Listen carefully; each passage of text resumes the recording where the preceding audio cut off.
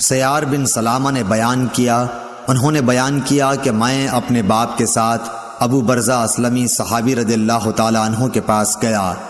ہم نے آپ سے نماز کے وقتوں کے متعلق پوچھا تو انہوں نے کہا کہ نبی کریم صلی اللہ علیہ وسلم ظہر کی نماز سورج ڈھلنے پر پڑھتے تھے، عصر جب پڑھتے تو مدینے کے انتہائی کنارے تک ایک شخص چلا جاتا لیکن سورج اب بھی باقی رہتا۔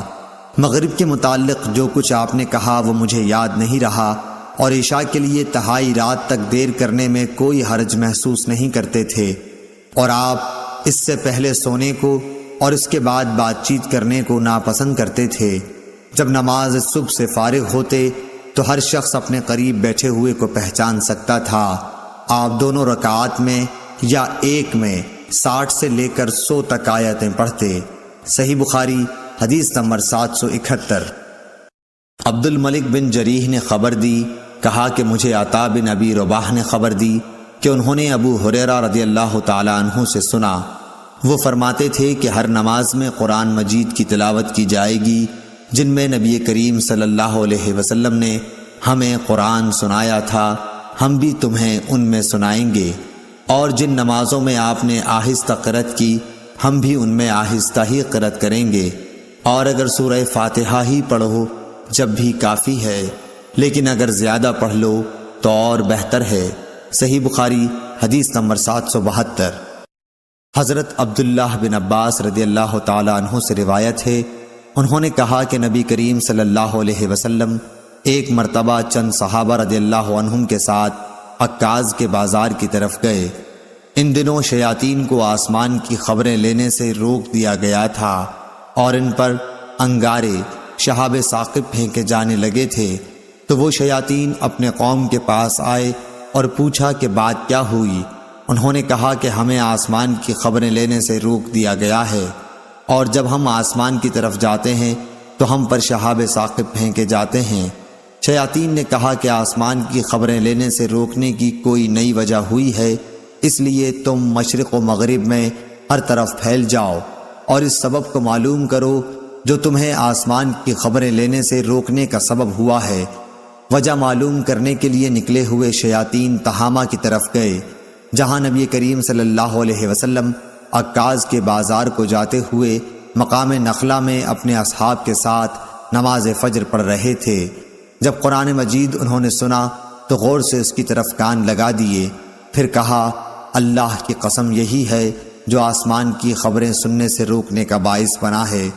پھر وہ اپنی قوم کی طرف لوٹے اور کہا قوم کے لوگوں، ہم نے حیرت انگیز قرآن سنا جو سیدھے راستے کی طرف ہدایت کرتا ہے، اس لیے ہم اس پر ایمان لاتے ہیں اور اپنے رب کے ساتھ کسی کو شریک نہیں ٹھہراتے۔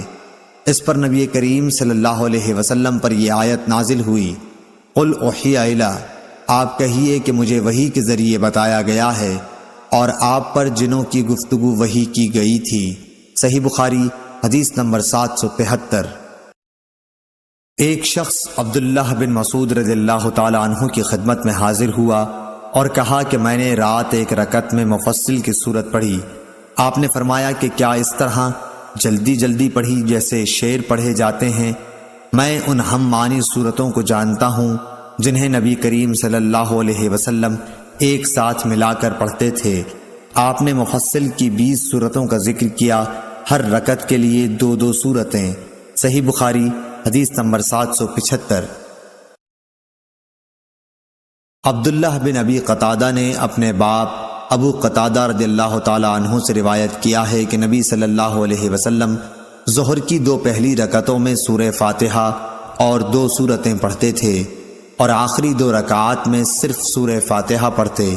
کبھی کبھی ہمیں ایک آیت سنا بھی دیا کرتے تھے، اور پہلی رکعت میں قرأت دوسری رکعات سے زیادہ کرتے تھے۔ عصر اور صبح کی نمازوں میں بھی آپ کا یہی معمول تھا۔ صحیح بخاری حدیث نمبر 776۔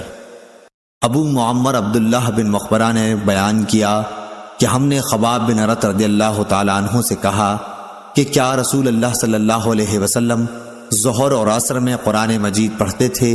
انہوں نے جواب دیا کہ ہاں۔ ہم نے پوچھا کہ آپ کو معلوم کس طرح ہوتا تھا؟ انہوں نے بتایا کہ آپ کی ریش مبارک ہلنے سے۔ صحیح بخاری حدیث نمبر 777۔ یحییٰ بن ابی کثیر نے بیان کیا، انہوں نے کہا کہ مجھ سے عبداللہ بن ابی قتادہ نے بیان کیا، وہ اپنے والد ابو قتادہ رضی اللہ تعالی عنہ سے کہ نبی صلی اللہ علیہ وسلم ظہر اور عصر کی 2 پہلی رکعتوں میں سورہ فاتحہ اور کوئی اور سورت پڑھتے تھے۔ کبھی کبھی آپ کوئی آیت ہمیں سنا بھی دیا کرتے تھے۔ پہلی رکعت میں قرأت زیادہ طویل کرتے تھے۔ صحیح بخاری حدیث نمبر 778۔ حشام دستوائی نے بیان کیا، انہوں نے یحییٰ بن ابی کثیر سے بیان کیا، انہوں نے عبداللہ بن ابی قتادہ سے، انہوں نے اپنے والد ابو قتادہ رضی اللہ تعالی عنہ سے کہ نبی کریم صلی اللہ علیہ وسلم ظہر کی پہلی رکعت میں قرأت طویل کرتے تھے اور دوسری رکعت میں مختصر۔ صبح کی نماز میں بھی آپ اسی طرح کرتے تھے۔ صحیح بخاری حدیث نمبر 779۔ سعید بن مسیب اور ابو سلمہ بن عبد الرحمن نے حضرت ابو ہریرہ رضی اللہ تعالی عنہ سے خبر دی کہ رسول اللہ صلی اللہ علیہ وسلم نے فرمایا کہ جب امام آمین کہے تو تم بھی آمین کہو، کیونکہ جس کی آمین ملائکہ کی آمین کے ساتھ ہو گئی اس کے تمام گناہ معاف کر دیے جائیں گے۔ ابن شہاب نے بیان کیا کہ رسول اللہ صلی اللہ علیہ وسلم آمین کہتے تھے۔ صحیح بخاری حدیث نمبر 780۔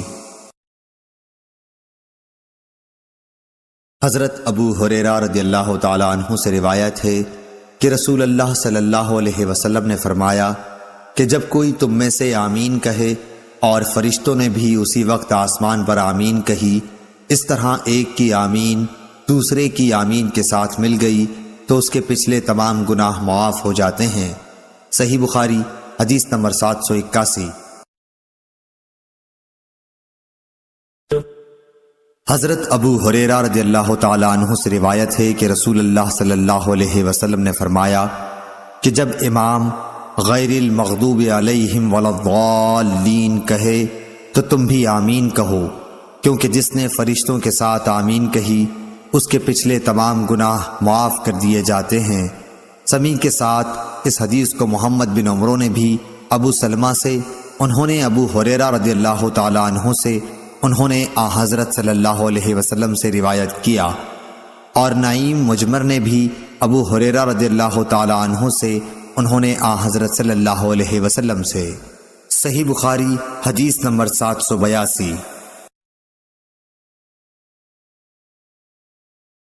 حمام بن یحییٰ نے زیاد بن حسان عالم سے بیان کیا، انہوں نے حضرت حسن رضی اللہ تعالی عنہ سے، انہوں نے حضرت ابو بکرہ رضی اللہ تعالی عنہ سے کہ وہ رسول اللہ صلی اللہ علیہ وسلم کی طرف نماز پڑھنے کے لیے گئے۔ آپ اس وقت رکوع میں تھے، اس لیے صف تک پہنچنے سے پہلے ہی انہوں نے رکوع کر لیا۔